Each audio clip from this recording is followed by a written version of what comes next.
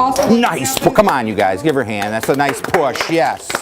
if you do drop the chips, you don't want. We want to make sure that all of the aspects of a particular game are covered. We do have stringent procedures that we follow on the game so that everyone's doing things the same way as everyone else. So we go over and over and over again what procedures we want them to follow, how we want them to do those particular procedures, and then at the end, when we feel that we've taught them all we can and that they know all of the procedures, then we give them an audition. Just like being on stage.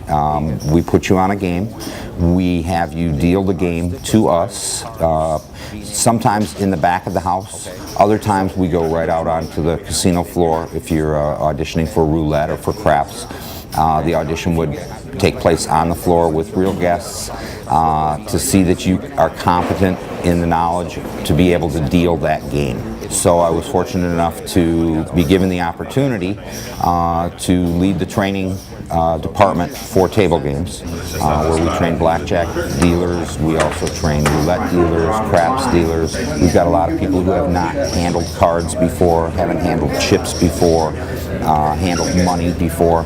So we break it all down into parts where we need to teach you how to shuffle the cards, how to handle chips, called cutting the chips down.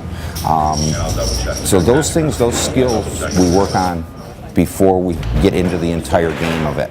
So we've got, time requirements that we want you to spend shuffling. When we think you're good enough at shuffling, then we move on to a different area. We may have you work with cutting chips down or dealing the cards out.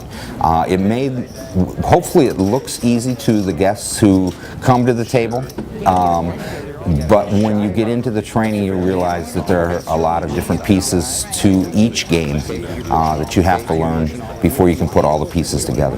When you see somebody who's developed into, how do they say it?